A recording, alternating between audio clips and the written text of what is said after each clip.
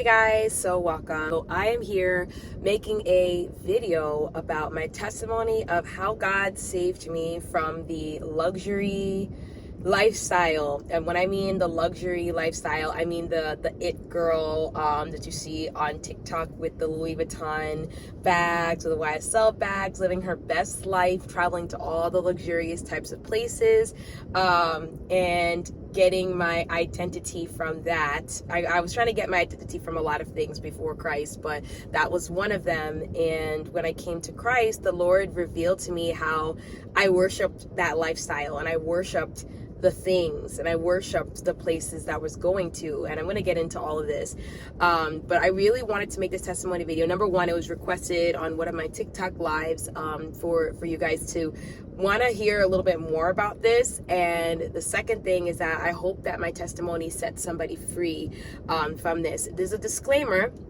I'm not saying that luxury things are bad at all. I am not saying they're bad. I am not saying if you own a designer bag, or if you like the lifestyle, maybe you go out to some of these places or whatever, right? Like, that it's a bad thing. I'm just saying how my testimony, it was my lifestyle. Like, it was something that like created vanity in me and pride. So I'm gonna jump right into it. How did this all start? I grew up not having a lot of money, very humble, meaning that there were times that bills weren't paid. I grew up with immigrant parents, and their mindset and lifestyle was like work hard to get money so that we could survive. So it was something that, like, growing up, I really didn't like have money, so it wasn't really like a big thing for me. My first job is when I started to make some money, and with this job, I work in the medical field. So like with this job, it was something that like I had so many identities, guys, before Christ. I was very prideful about my job, my title. It was something that I would say all the time. I was prideful about the type of lifestyle that I was living because I was able to afford more things. I was also surrounding myself with other people who were making good money, that can afford these things. And I will not blame anybody except me. Like, was I influenced? Yes, I was. And I was very easily influenced when I was in the world. So this is something that in the beginning, when I would get into this lifestyle, and let me describe this lifestyle. I am talking about the luxury lifestyle that you see sometimes if you follow influencers or people that have, like, either they come off as they have money, right? And you see them always shopping, spending money, buying designer clothes, going to expensive bars and restaurants, traveling to expensive places, staying in like 5-star hotels. All that is what I'm talking about.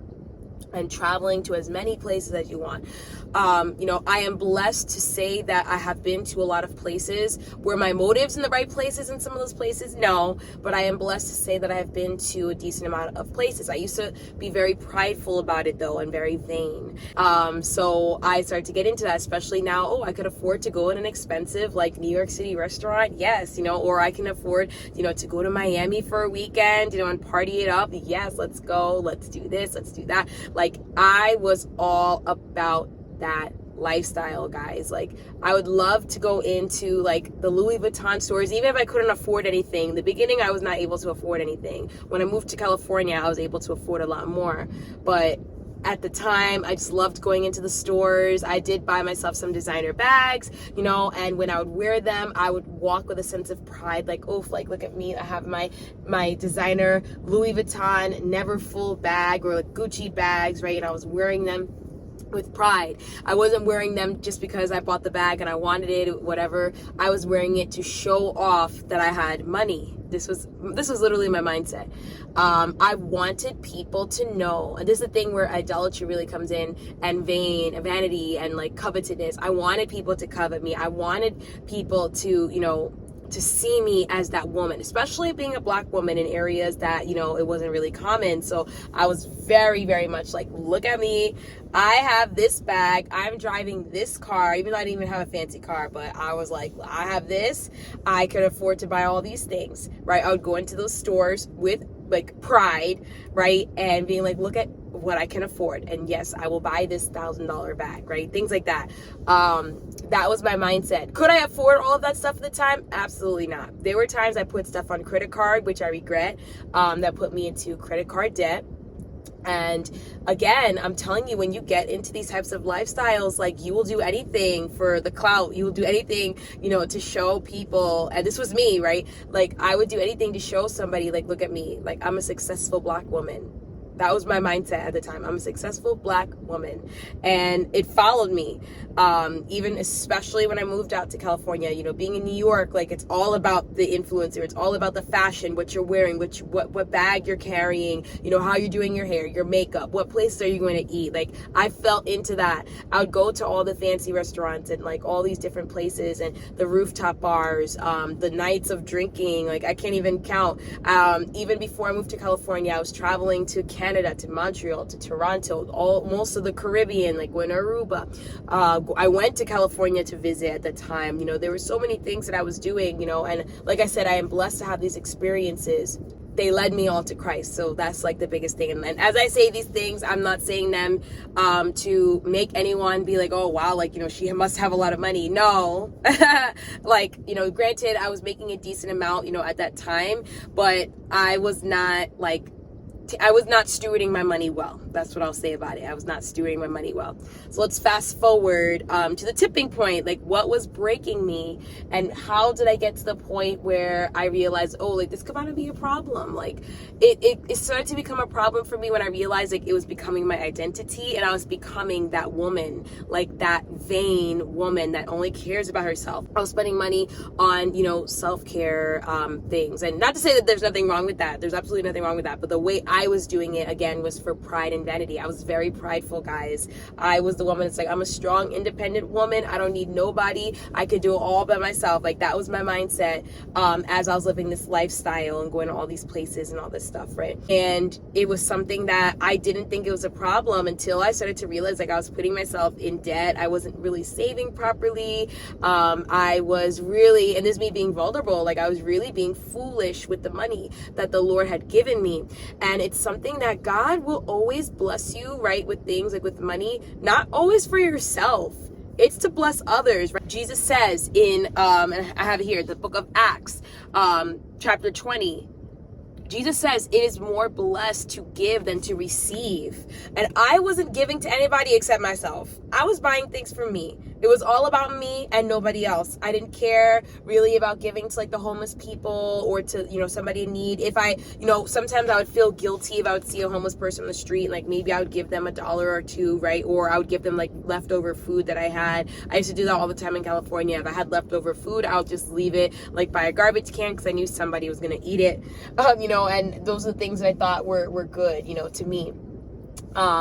But yeah, like, I got wrapped into that. Then I got wrapped into lifestyle again of, going out and being around people who now we all had a lot of money, and we were just, like, drinking ourselves away, partying it up, like, every chance I had, like, like, buying expensive alcohol, buying expensive clothing, buying expensive shoes, right? Buying everything expensive. I didn't even care at that point about the price tag. I just wanted to look like I had money. I wanted to come off as, look at me, I am this woman, okay? This is me being totally 100% honest. I didn't realize all of this until I came to Christ. God really revealed my heart to me when it came to money, right? And stewarding money. Because when the Lord gives us money, right? Yes, he knows that we have bills to pay. We have things to do, right? But we have to give it back to him. And we have to give back to the poor, right? To the orphan, to the widows, to the people who are in need. Your brother and sister in Christ, right? Or it's just somebody that that's in need, right? Because the money, it's not for selfish reasons. The money literally is supposed to flow out of our hands into somebody else that needs it. So that's something I didn't realize. And I was just very vain. I only cared about me. I wanted to look good all the time. Like, I was the type of person, like, I didn't really, like, I would wear makeup to go everywhere, like that type of person. I was addicted to really the feeling of going into the store. I got addicted to knowing I could afford these things, even though sometimes I couldn't, and I would just put on a credit card, I got addicted to the feeling of being treated special when you go to these places, especially when they see you're surrounded by other people who have designer bags and everyone's buying like $100 worth of alcohol plus, right? Things like that, right? This is when I was still drinking. So that lifestyle to me was everything, like just going out to different places. And like I said, there's nothing wrong with going out to a nice restaurant, right? There's nothing wrong with that. I am talking about when it becomes an identity, when it becomes a lifestyle, when you put that above everything else, right? And that was me. That was me. I just loved, at the time, I loved the way I felt, knowing that people were looking at me and the people I was with, like, oh, like, look at these women or men, right? Look at all of them, like, you know, they have money, they don't care. The bill will come out to whatever, hundreds and hundreds of dollars, and nobody even blinked an eye, you know, that type of thing. And yeah, I was really addicted to that lifestyle. I was trying to just continue to buy because, and not even just buying and traveling and all this stuff. I was trying to fill the void that was in my heart. I knew that there was an emptiness in me. I was still very depressed during this time, right? This was where like the tipping point really started. Like I got depressed, and I realized like the stuff that I'm buying is putting me in debt. The stuff that I'm buying is not satisfying me. Like I thought that being able to like go to Hawaii, you know, by myself on a week-long trip would be amazing. And, you know, it was a great trip, but I still felt empty at the end. I still was not happy. I still didn't have the satisfaction, you know, like I was making, like I said, I was making the lifestyle an idol. I was worshiping it. I was coveting other people. I would see somebody else have something I wanted, that I'll go buy the same exact thing, you know? And then I learned that the people even around me weren't really caring for me either, because we were all wrapped up in the lifestyle. We didn't really care about each other. We just wanted to have a good time, you know? Like we wanted to just go out and just do our thing. And I don't know if somebody can relate to that. Sometimes you have friends in your life that, and a bird literally just pooped in my car. Anyway, sometimes you have friends in life, you know, that are not always meant to be in your life forever. They're just the here, then, and now type friends, you know, like these are not the people that are your forever friends. So this was something that I was learning too. I was young, you know, this is all my 20s. My entire 20s was like this, from like 23 up to 29. And when I turned 30 is when I got saved. And when I finally realized, and it was the Lord that really saved me from this. And how did God save me, right? How did God bring to my attention, like once I received him into my life, how did I realize that, you know, this lifestyle was killing me, really, you know? This point when I got saved, you know, I was still living in the Bay. I was still, you know, partying it up. I was going to all these different places, being able to travel, go to LA, San Diego, like, you know, because I was there a lot, in Hawaii, Arizona, and like I'm saying, everywhere. Like I'm literally like Colorado, like different places I'd just go to if I wanted to just go like on a weekend trip to like Miami, out Vegas, whatever. I was able to do that, you know, and that was something that I was extremely prideful about, very prideful about. And then I remember as I was reading the Bible, and I would just keep reading scriptures about like, you know, selling all your possessions and, you know, leaving everything behind to follow Jesus. And I was like, like that makes sense, you know, but I didn't know what that meant really. And I was like, yeah, I mean, I didn't really think about the things that I had in my life like as a big deal, until one day, you know, the Lord really like, you know, started speaking to me about the stuff that I had, especially the designer bags and designer things. And what he was telling me at this time is that I've made them an idol. I've worshiped things. I worshiped the lifestyle. I worshiped, you know, myself. I worshiped all of that.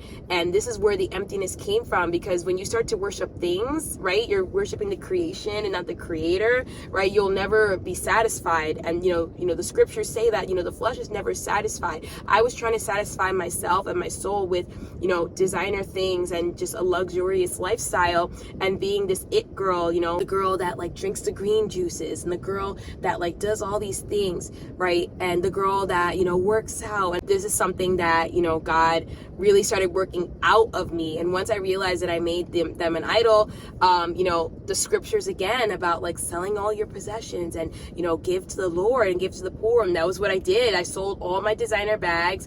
I sold anything that was designer, anything that I knew I was idolizing and worshiping. I went to a consignment store and I just literally dropped off everything and I sold it, and I used all that money to like sow into different ministries and different things, and to, you know, giving back to the poor.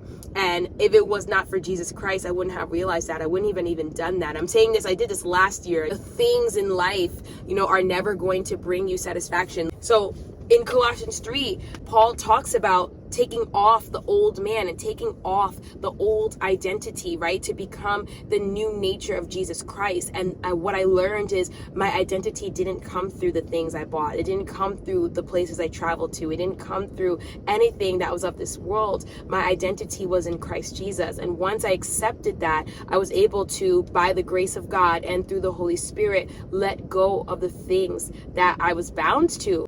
And even this morning, the Lord was really revealing to me when it comes to why people get themselves in debt. Why do people get themselves in these financial,